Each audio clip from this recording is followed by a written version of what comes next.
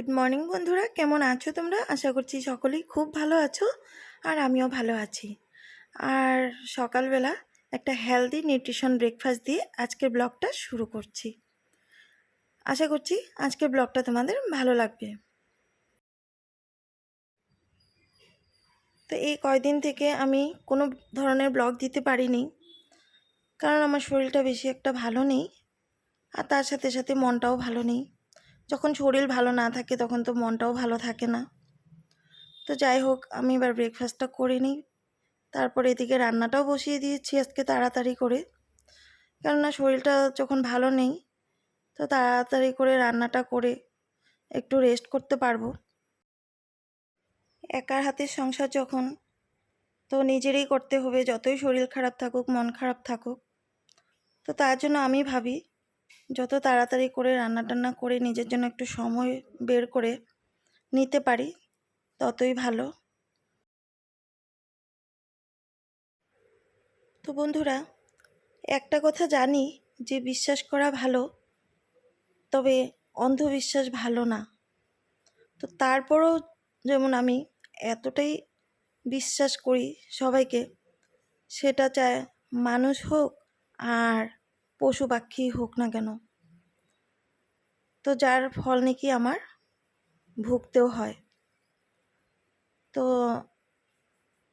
যেমন কালকে আমি না জন্তু, যেমন কুকুর বিড়াল এসব না খুব ভালোবাসি, ভীষণ ভালোবাসি। তো কালকে ডগি দেখতে পেয়েছি, একজন ভদ্রলোকে নিয়ে বসেছিল রাস্তায়।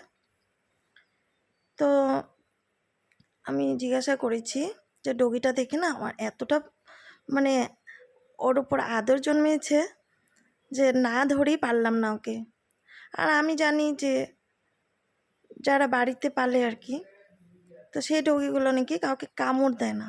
তা আমাদের বাড়িতেও আছে, ও কিন্তু আজকে পর্যন্ত কাউকে কামড় দেয়নি।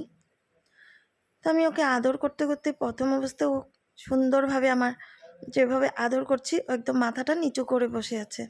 তো তারপরে না হঠাৎ করে আমাকে এমন জোরে কামড় দিল হাতে, সবাই শকড হয়ে গেল যে কোনোদিন তো কাউকে এইভাবে কামড় দেয় না। তো জানি না কেন আমাকে এইভাবে কামড় দিয়েছে।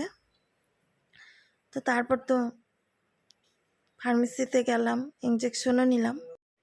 তাই হয়তো আমার শরীরটা বেশি একটা ভালো নেই, দুর্বল দুর্বল একটা ফিল হচ্ছে আর কি, কারণ রেবিশন ইঞ্জেকশন তো একটু স্ট্রং হয়, তো তার জন্য হয়তো। তো যাই হোক বন্ধুরা, তো এটাই হলো আমার শরীর খারাপের কারণ। আর মন খারাপ লাগছিল যে সত্যি আমি এতটাই বিশ্বাস করি, সেটা কিন্তু আমার মানুষের সাথেও হয়। কারণ আমি মানুষকে বিশ্বাস করে আমার সমস্ত কিছু কথাই বলে দিই, কিন্তু তারপর আবার বিশ্বাসঘাত করে। তো এটা আমার সঙ্গে একবার না বারবারই হয়েছে, তারপরেও আমি বিশ্বাস করি। বলে না যা যেটা স্বভাব, কারণ আমি যেমন আমি ভাবি যে প্রত্যেকটা মানুষই আমার মতন।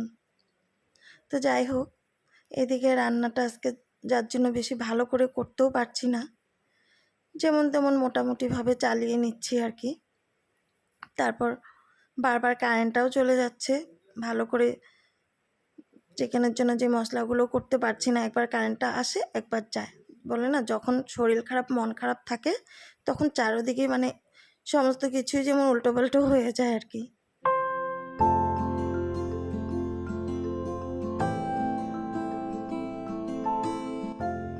তো দেখতেই পাচ্ছ রসুনগুলো ভাবছি যে কারেন্ট যখন নেই থেতো করে দিয়ে দিই, তারপর আবার কারেন্টটাও চলে আসলো, তারপর আবার পেস্ট করে দিয়ে দিয়েছি।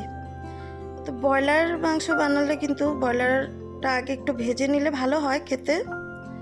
তো আজকে যখন শরীরটা ভালো নেই, তো কিভাবে তাড়াতাড়ি করে শর্টকাট করে করা যায়, তো সেই রকমই আর কি করছি। আর শোনার জন্য করেছি, তো তাই একটু করে করেছি, তোমাদের দাদা আবার খায় না ব্রয়লার চিকেনটা। আর এদিকে মনার জন্য একটু বানিয়ে নেব অয়েল ফ্রি চিকেন। তো আজকে বেশি কিছু একটা বানাই নেই বলতেও, তারপরেও কিন্তু হয়েই গেছে কয়েক পদ। কারণ খাওয়া দেওয়ার সময় তখন কি দিয়ে দেব, প্রত্যেকজনে যখন আলাদা আলাদা খায়। তারপরেও কিন্তু আমার হাজব্যান্ড বলে গেছিলো আজকে যে বেশি কিছু বানাতে হবে না, কিন্তু বলেছে যদিও, তো খাওয়া তো যখন দেব তখন কি দিয়ে দেব সেটা তো আমাদের প্রত্যেকজনেরই একটা বড় টেনশন।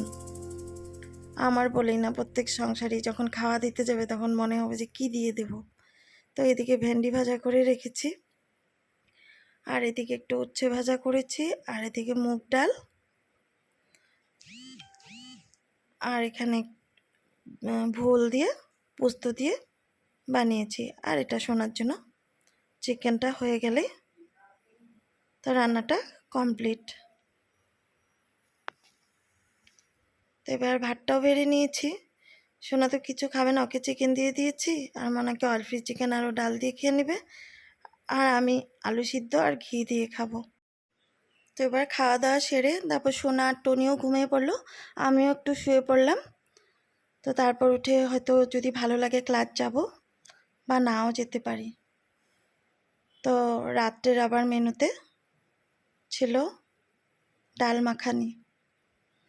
তো আজকের ব্লগটা আমি এখানে শেষ করছি। যদি কিছু ভালো লেগে থাকে অবশ্যই একটা লাইক করে কমেন্ট করে আমার পাশে